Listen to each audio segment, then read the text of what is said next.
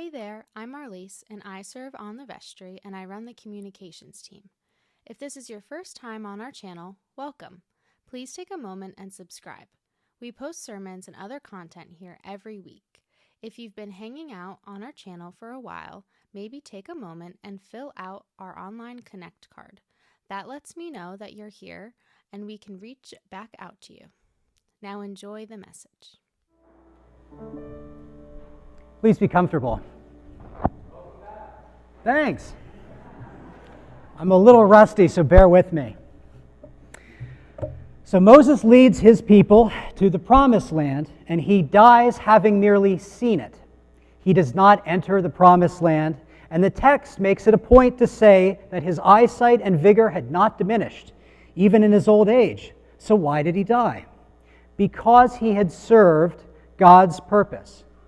And despite the magnitude of the role he had, on some occasions, he had disobeyed God.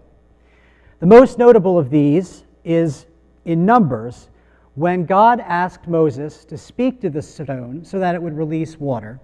And instead, Moses struck the stone with his staff and produced water that way. Even though Moses did not do what God told him to do, God still allowed Moses to wield the divine power to produce water from a stone. And God provided water from the stone, but Moses didn't quite hold up his end of the bargain. Now, all this time later, it seems harsh that Moses, the central human character, I should say, in 4 of the 5 books of the Torah, is not good enough to enter the promised land that he led his followers to. But here's the thing.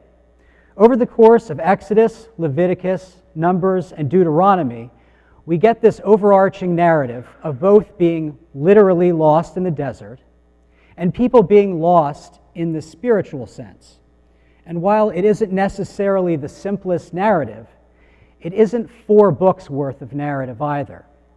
I can't speak for everyone, but I think there seems to be a tendency for people to synthesize Moses' story as just Exodus. But really, it's stretched over these 4 books and ends at the very end of them. What takes up most of the space in all these books are a lot of laws and a lot of details. Moses really had his work cut out for him. And I think if I had been tasked with the role of Moses and I had to convey this massive collection of laws and directions handed to me by God, my head would have exploded at some point.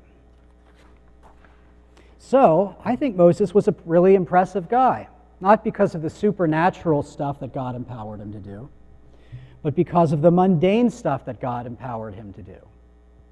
In fact, the text of Deuteronomy concludes with the statement, "Never since has there arisen a prophet in Israel like Moses, whom the Lord knew face to face. He was unequaled for all the signs and wonders that the Lord sent him to perform in the land of Egypt, against Pharaoh and all his servants and his entire land, and for all the mighty deeds and all the terrifying displays of power that Moses performed in the sight of all Israel." The text honors Moses, and we know that Moses is one of only 2 people who appear from beyond the grave at Jesus' transfiguration. And before Jesus, Moses was the only person to have seen God. That was in last week's lessons, and it was just God's back. But what a back it must have been. So on one hand, Moses has been honored in eternity and has demonstratively been accepted into what we as Christians might consider to be the promised land. But in terms of reaching the promised land of the Israelites, very much a specific physical place, Moses falls just short. There's a reason for it. God has a reason for it. But it certainly isn't fair. I think this speaks to the very complicated nature of how we either contend with or submit to God throughout our lives, and how God may or may not answer those actions in a way that makes sense to us. What does make some sense now, given the benefit of time, both now and in the time of Jesus Christ, was that Moses served God's purpose at a particular point in time, and Moses ushered in the beginning of a new era that he was not to be part of. In today's gospel, Jesus is meeting with people who are steeped in the laws of Moses and are asking which of his 10 commandments is the greatest.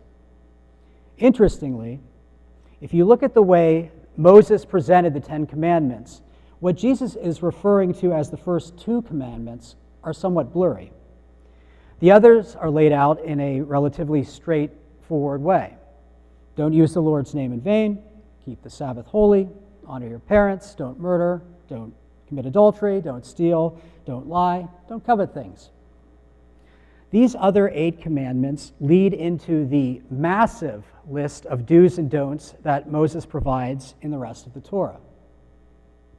Both Moses and Jesus blend the first 2 commandments together because they provide a more digestible universal truth someone can live by without poring over the whole Torah. They also put them together because you really can't have one without the other. And you can't really argue against them. They also don't change. The 10 Commandments themselves are pretty solid, but a lot of the laws put forth in the Torah don't hold up over time. So unlike Moses, who conveyed all the answers to his people in great detail, Jesus challenges us with questions.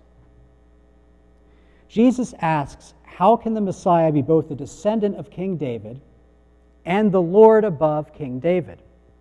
It's a rhetorical question meant to create a path toward understanding for us, not for the crowd that Jesus was talking to that day, but for the eventual understanding in the church of the dual nature of Jesus Christ. That didn't happen overnight. So the answer for us is the question, how do we love God and how do we convey that into the world? When Moses died, he was 120 years old, and he had spent 40 of those years, a third of his very long life, in the desert trying his best to serve God's purpose. I can't help but be reminded that I, at 43 years of age, have spent almost a third of my life trying my best to serve God's purpose. I think I've done my best, but maybe here and again there's been a time when God was told me to speak to a stone and I instead struck it. I don't know. I hope not. It's been almost a year since I was last serving here at St. Mark's, and it feels even longer. I've had some interesting experiences since, but suffice to say, I'm pretty sure I have yet to reach the promised land. But maybe it's not my place to do so. Yesterday morning, I was on my daily run, and this time in late October, right before we go into standard time, is one of the darkest times of the year in the morning. So it's still basically nighttime when I run. And New York City is a pretty spooky place on a Saturday that early, so it's really just me all by myself running along the Hudson River. So it took me a while to notice. But when I had run to the end of one of the piers, I saw the moon. It was full that morning, hanging low just above the Jersey City skyline, and it had this sepia tone to it.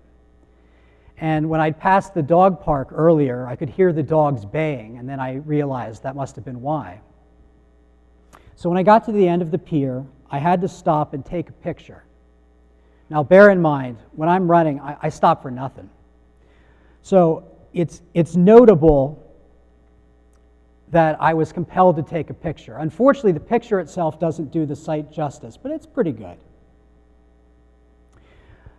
But the point is that God showed me a glimpse of paradise from the darkness when I needed to see it. And that can be enough. If you live by the greatest commandments, that can be enough. Amen.